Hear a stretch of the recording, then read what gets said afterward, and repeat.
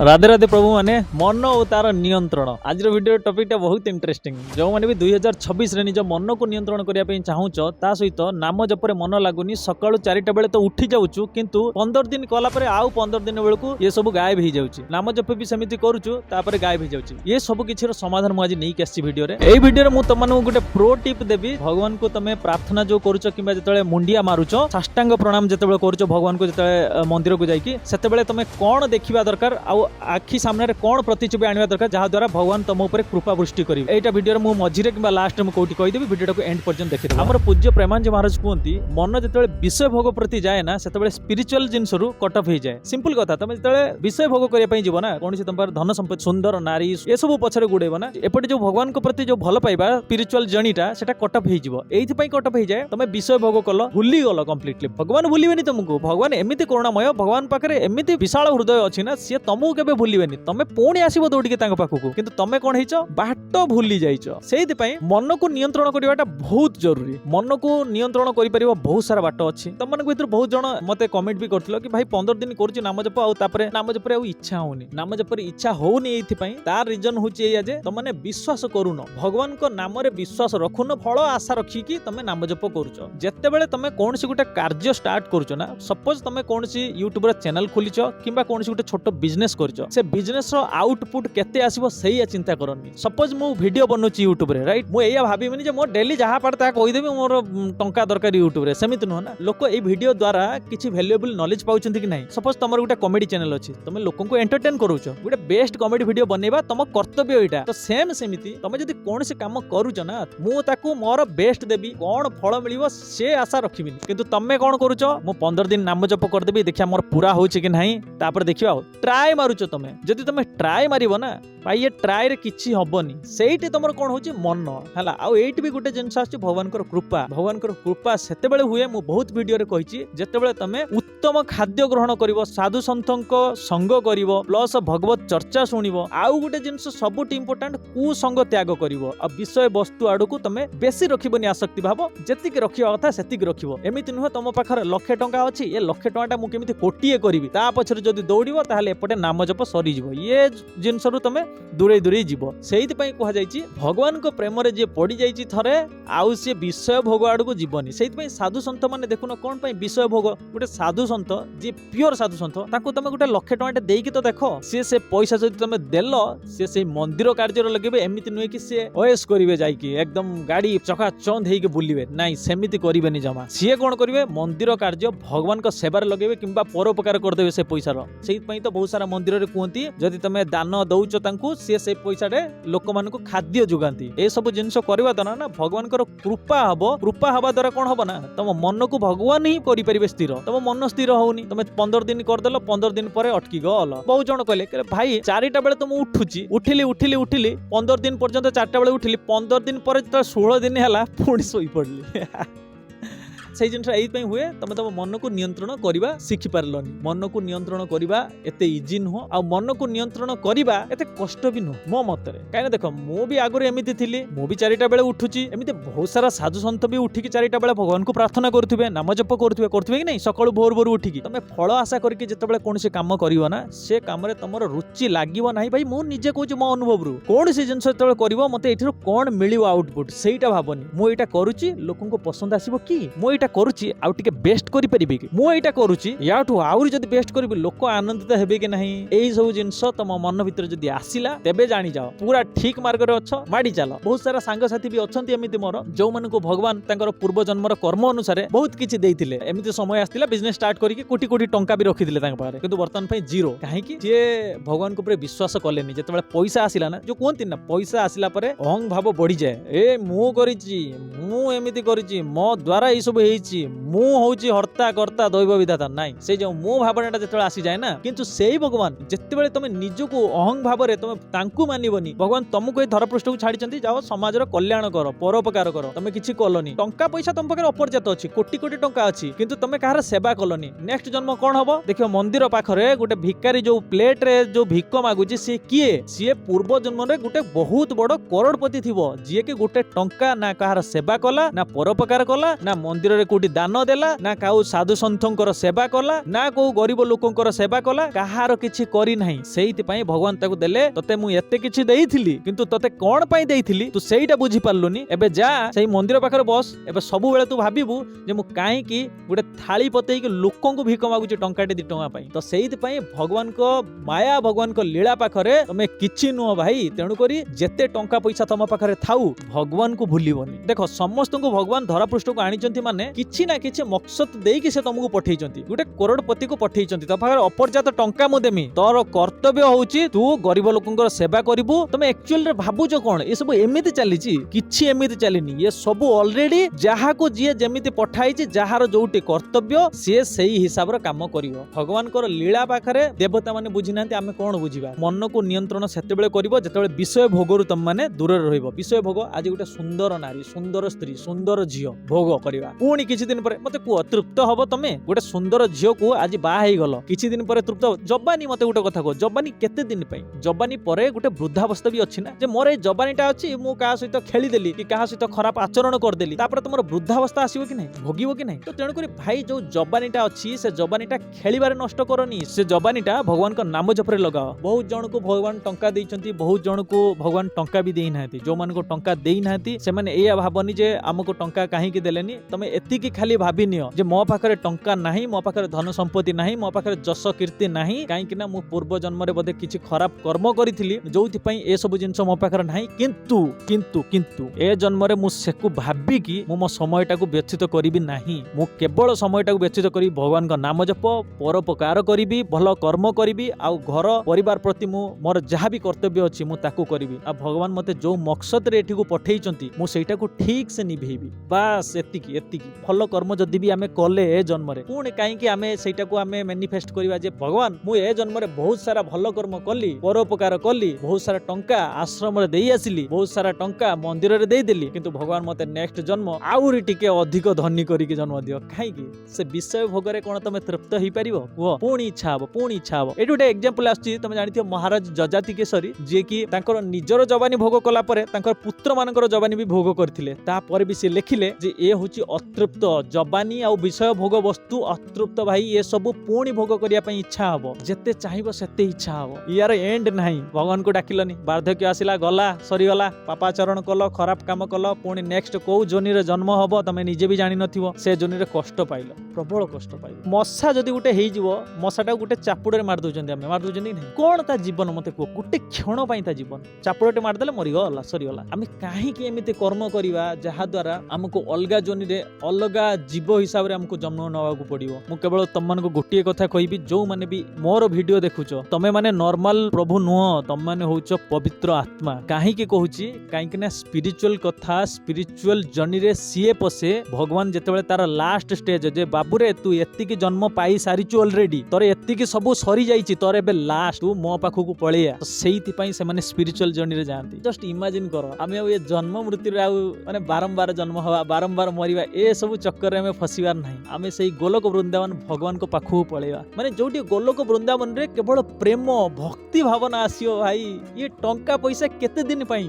ଏ ଟଙ୍କା ପଇସା ତମକୁ କେତେ ଦିନ ସୁଖ ଦବ? ମତେ କୁହ, କେତେ ଦିନ ସୁଖ ଦବ? ଯେତେ ଦିନ ଯାଏ ଟଙ୍କା ପଇସା ଅଛି ସେତେ ଦିନ ଯାଏ ତମେ ଖୁସି ବି ହେଇପାରିବନି। ବହୁତ ଲୋକଙ୍କ ପାଖରୁ ମାନେ ମୁଁ ଶୁଣିଛି, ବହୁତ ଲୋକ ବି କୁହନ୍ତି ଯେ ଭାଇ ଆମ ପାଖରେ ପ୍ରବଳ ଟଙ୍କା ପଇସା ଅଛି, ତାପରେ ବି କାହିଁକି ଆମେ ସେଇ ଖୁସିଟା ପାଇପାରୁନୁ ଯୋଉ ଖୁସିଟା ଭଗବାନଙ୍କ ପାଖରେ ଅଛି। ଏଇଥିପାଇଁ ପାଇପାରୁନ କାହିଁକି ତମ ପାଖରେ ଯେତେବେଳେ ଅପର୍ଯ୍ୟାପ୍ତ ଟଙ୍କା ହେଇଗଲା, ଅପର୍ଯ୍ୟାପ୍ତ ଲାଇକ ଟଙ୍କା ହେଇଗଲା, ବେବିଚାର କଲ, ଖରାପ ଆଚରଣରେ ପଶିଲ, କିମ୍ବା ନାରୀ ଯୋଉମାନଙ୍କର ଏବେ ବି ସୁଦ୍ଧା ଅଛନ୍ତି ଲୋକ ହେଲା, ତମେ ମାନେ ବିଶ୍ୱାସ କରିବନି, ବୃଦ୍ଧ ଅବସ୍ଥାରେ ବି, ବୁଢା ହେଲେଣି, ଏବେ ବି ସୁଦ୍ଧା ସିଏ ସେଇ ଖରାପ ଆଚରଣ ଛାଡୁନାହାନ୍ତି। ସୁନ୍ଦରୀ ସୁନ୍ଦରୀ ସୁନ୍ଦରୀ ପଛରେ ଗୋଡଉଛନ୍ତି। ତମର ବୟସ ହେଲାଣି, ଆଉ କେତେ ଦିନ ବଞ୍ଚିବ? ସେଥିରେ କଣ ତମେ ଶାନ୍ତି ପାଉଛ? ପାଉନ ନା, ଦୁଃଖ ପାଇବ ହେଲା। ଟଙ୍କା ଯୋଉମାନଙ୍କ ପାଖରେ ଅଧିକ ଅଛି ସେମାନେ ବି ଟେନସନରେ ରହୁଛନ୍ତି, ଭାଇ ଏ ଟଙ୍କାଟା କଣ କରିବି, କାଲି ଜିଏସଟି ବାଲା ରେଟ୍ ମାରିବେନି ତ, ଏ ପଇସାକୁ କୋଉଠି ରଖିବି, କେହି ଚୋରି କରିନେବେନି ତ। ସବୁବେଳେ ଗୋଟେ ଟଙ୍କା କରୋଡପତି, ସେ ସବୁବେଳେ ଟେନସନ ରହୁଥିବ। ସେଇଥିପାଇଁ କୁହାଯାଇଛି ଯେତିକି ଅଳ୍ପ ବହୁତ ପଇସା ଅଛି ଭଗବାନ ଦେଇଛନ୍ତି ସେତିକିରେ ଶାନ୍ତି ହେଇଯାଅ, ବଡ ଆଶା କରନି, ଭଗବାନଙ୍କ ନାମ ଜପ କର। ଏପଟେ କର୍ତ୍ତବ୍ୟ କର, ଯାହା କର୍ମ କରୁଛ କର, ଭଗବାନ ଯୋଉଥିପାଇଁ ପଠେଇଛନ୍ତି ସେଇଟା କର। ତା ସହିତ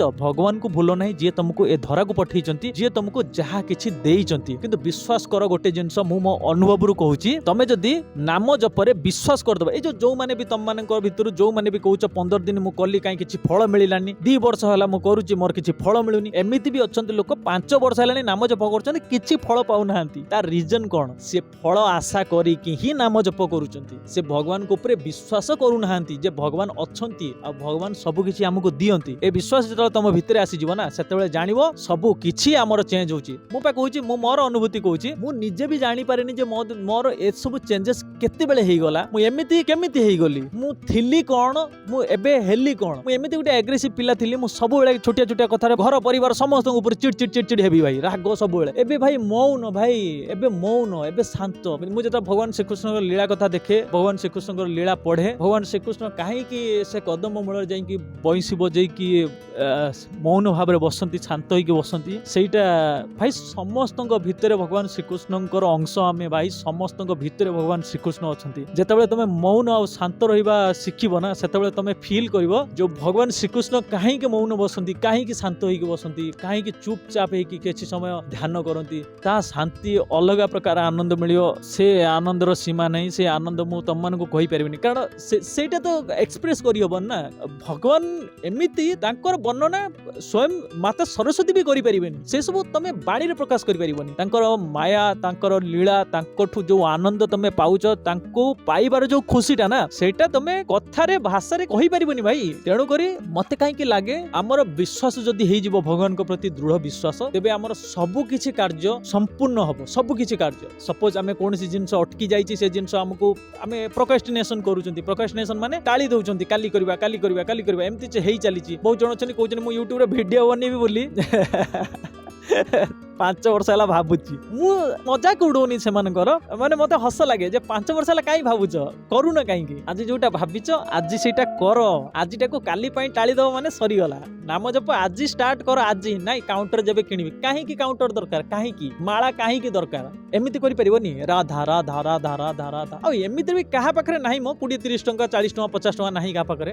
ପ୍ରଡକ୍ଟ ଲିଙ୍କ ଦେଇଦେଇଛି ଡେସ୍କ୍ରିପସନରେ, କିଣିଦବ। ମୁଁ ତମମାନଙ୍କୁ ପ୍ରଭୁ ମାନୁଛି, ତ ପ୍ରଭୁ ହେଇକି ତମମାନେ ବାହାନା କରିବ ମୋ ପାଖରେ ତେଣୁକରି ବାହାନା କରନି। ତ ପ୍ରଭୁ ମାନେ ଭଗବାନଙ୍କୁ ଯେତେବେଳେ ମୁଣ୍ଡିଆ ମାରିବ ନା, ସେତେବେଳେ ତମେ ଭଗବାନଙ୍କର ପାଦ ପଦ୍ମ ଯୋଉଟା କୁହନ୍ତି, ଯେଟା ଶାସ୍ତ୍ରରେ ବି ଲେଖା ହେଇଛି, ମୁଁ ମୋ ଅନୁଭୂତିରୁ କହୁଛି ଆଉ ଶାସ୍ତ୍ରରେ ବି ଲେଖା ହେଇଛି, ଏଇଟା ମୁଁ ଏମିତି କହିଦଉନି। ସେତେବେଳେ ତମେ କଣ କରିବ, ମୁଣ୍ଡିଆ ଯେତେବେଳେ ମାରୁଛ, ସେତେବେଳେ ତମ ସାମ୍ନାକୁ ପ୍ରତିଛବି ଆଣିବ ଭଗବାନ ଶ୍ରୀକୃଷ୍ଣଙ୍କର ପାଦ ପଦ୍ମ, ଭଗବାନ ବିଷ୍ଣୁଙ୍କର ପାଦ ପଦ୍ମ, ମାନେ ପାଦ ପଦ୍ମ ଫୁଲ ଉପରେ ଅଛି, ଆଉ ତମେ ତାଙ୍କୁ ପ୍ରଣାମ କରୁଛ। ଏ ଜିନିଷଟା ତମେ ପ୍ରତିଛବିଟା ଆଖି ସାମ୍ନାକୁ ଆଣିକି ପ୍ରଣାମ କର, ମୁଣ୍ଡିଆ ମାର, ତାପରେ ଦେଖିବ ଭଗବାନଙ୍କର କୃପା କେମିତି ହବ। ଯେତେବେଳେ ତମେ ସମ୍ପୂର୍ଣ୍ଣ ଶରଣାପନ୍ନ ହେଇଯିବ ନା, ସମ୍ପୂର୍ଣ୍ଣ ସମର୍ପଣ, ସେଇଟା ତ ଇଜି ନୁହଁ। କାହିଁକି ନା ଭୌତିକ ଦୁନିଆରେ ଭାଇ ସମସ୍ତେ ଅଛନ୍ତି, ମୁଁ ଅଛି ଭାଇ, ସମସ୍ତେ ଅଛନ୍ତି। କେମିତି ସମ୍ପୂର୍ଣ୍ଣ ଶରଣାପନ୍ନ ହବା ଭାବୁଛ ନା? ଏଇଆ ସମ୍ଭବ ନୁହଁ, କିନ୍ତୁ ଆମେ ସମ୍ଭବ କରିବା। ଦେଖ, ମନକୁ ଯେମିତି ଜିତିବା ଇଜି ନୁହଁ ଆଉ ସେତେ କଷ୍ଟ ବି ନୁହଁ, ସେମିତିକା ସମର୍ପଣ ଭାବନା ଆଣିବାଟା ବହୁତ ଇଜି। କାହିଁକି ନା ଦେଖ, ତମେ କହିବ ମନ ଆମର କଣ୍ଟ୍ରୋଲ ହଉନି, କେମିତି ସମର୍ପଣ କରିବା ଭଗବାନଙ୍କ ପାଖରେ? ସେଇ ଯୋଉ ମନ କଣ୍ଟ୍ରୋଲ ହଉନି, ମୁଁ ତମମାନଙ୍କୁ କହିଲି ନା,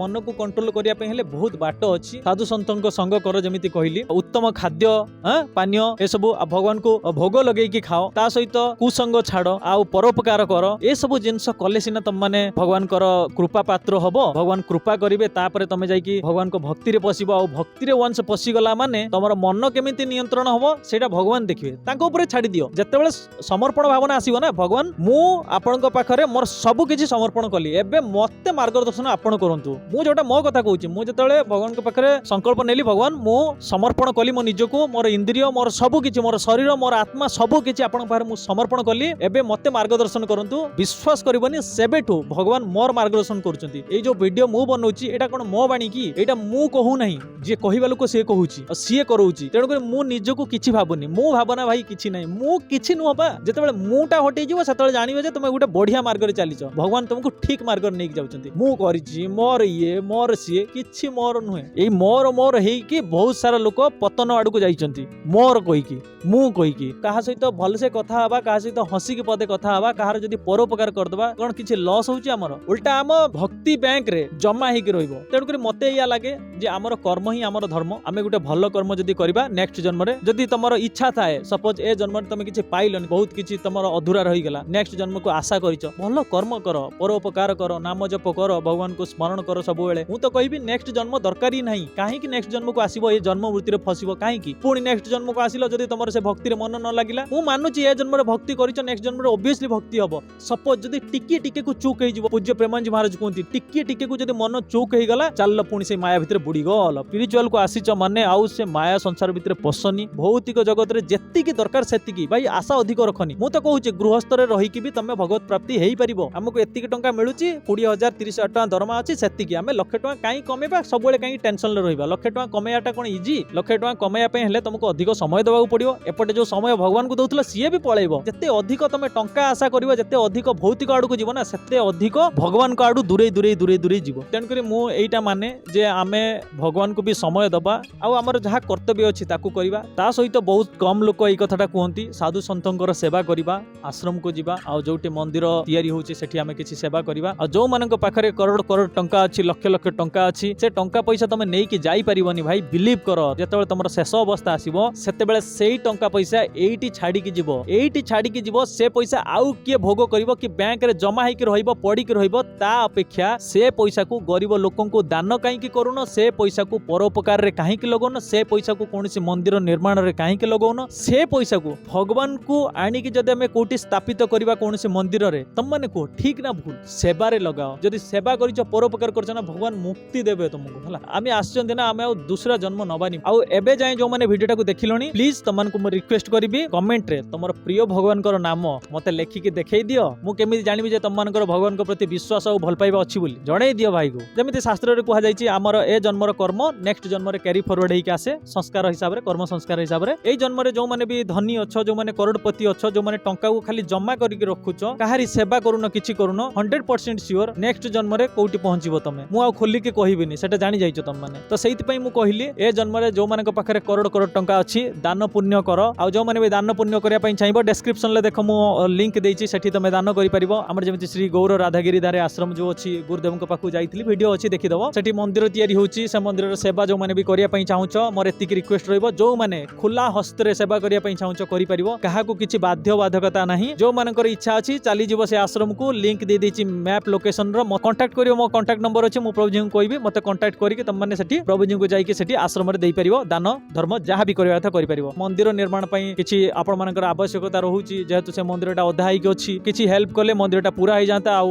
ଆପଣମାନେ ଆସନ୍ତେ ଭଗବତ ଚର୍ଚ୍ଚା ଏକଦମ ମସ୍ତ କରନ୍ତେ ୟାର ଏକଦମ ବଢିଆ ଭଗବତ ଚର୍ଚ୍ଚା ସବୁବେଳେ ହୁଅନ୍ତା ଗୋଟେ ଭଲ ରକମର ମାନେ ମୋର ପ୍ଲାନ୍ ଅଛି ଆଗକୁ ପ୍ରଭୁଜୀଙ୍କ ସହିତ ସେଠି ମନ୍ଦିରରେ ଭଗବତ ଚର୍ଚ୍ଚା ଆଉ ତ ଯୋଉମାନେ ମତେ ଦେଖୁଛ ମୋର ପ୍ଲାନ୍ ଅଛି ଆଗକୁ ସେଠି ପୁରା ଗାର୍ଡେନିଂ କରିକି ପୁରା ବଢିଆ ରକମର ସେ ଆଶ୍ରମଟାକୁ ଏମିତି କରିବି ଯେ ଯିଏ ଭକ୍ତ ବି ଆସିବ ଭଗବତ ଚର୍ଚ୍ଚା ଶୁଣିକି ଯିବ ପ୍ରସାଦ ପାଇକି ଯିବ ଏଇ ସବୁ ପ୍ଲାନ୍ ଆମର ଅଛି ଆଗକୁ ପୁରା ହବ ନିଶ୍ଚୟ ଯେତେବେଳେ ଜାଣିଗଲି ଯେ ଭଗବାନ ଏଇ କାମ ପାଇଁ ପଠେଇଛନ୍ତି ସେତେବେଳେ ମୁଁ ନିଜେ ଜାଣିଗଲି ଭଗବାନଙ୍କର ସେବା କରିବା ନିହାତି ଜରୁରୀ ଆଉ ଭଗବାନଙ୍କ ପାଇଁ ଆମେ ଭଗବାନଙ୍କ ଯୋଗୁଁ ଆମେ ଆଉ ଭଗବାନଙ୍କ ସେବାରେ ହିଁ ସବୁବେଳେ ଆମେ ରହିବା ବସ୍ ଏତିକି କହିବି ଆଉ ଆଜିର ଭିଡିଓଟା କେମିତି ଲାଗିଲା କମେଣ୍ଟ ମାଧ୍ୟମରେ ନିଶ୍ଚୟ ଜଣାଇବ ମନକୁ ନିୟନ୍ତ୍ରଣ କରିବା ପାଇଁ ହେଲେ କେବଳ ନା କହିବ କୌଣସି ଜିନିଷ ଭୌତିକ ଆଡକୁ ଯାଉଛି କୌଣସି ନାରୀ ପ୍ରତି ଆସକ୍ତି ଭାବ ଆସୁଛି ସେତେବେଳେ କେବଳ କହିବ ନା ଭାଇ ମୁଁ ଯିବିନି ମନକୁ ସେତେବେଳେ ନା କହିଦବ ଜିଦ୍ଦି ଯେତେବେଳେ ଗୋଟେ ଝିଅକୁ ପାଇବା ପାଇଁ ତମେ ଜିଦ୍ଦି କରୁଛ ଇଏ ମୋର ଗର୍ଲଫ୍ରେଣ୍ଡ ହବା ଦରକାର ମୁଁ ଜିଦ୍ଦି କରିବି ସେତେବେଳେ ତ ଜିଦ୍ଦି କରୁଛ ଆଉ ଏଇଟା ଯେତେବେଳେ ଭୌତିକ ଆଡକୁ ଯାଉଛି ମନ ଟଙ୍କା ପଇସା ଅଧିକ ସେ ଆଡକୁ ଭଗବାନଙ୍କ ଆଡକୁ ଯାଉନି ମନ ସିଆଡକୁ ଯାଉଛି ଭୌତିକ ଆଡକୁ ସେତେବେଳେ ଜିଦ୍ଦି କାହିଁ ଧରୁନ ମନକୁ ସେତେବେଳେ ନା କହିଦବ ନା ସେତେବେଳେ ଦେଖିବ ମନ ପୁଣି ଏ ବାଟରେ ଯିବ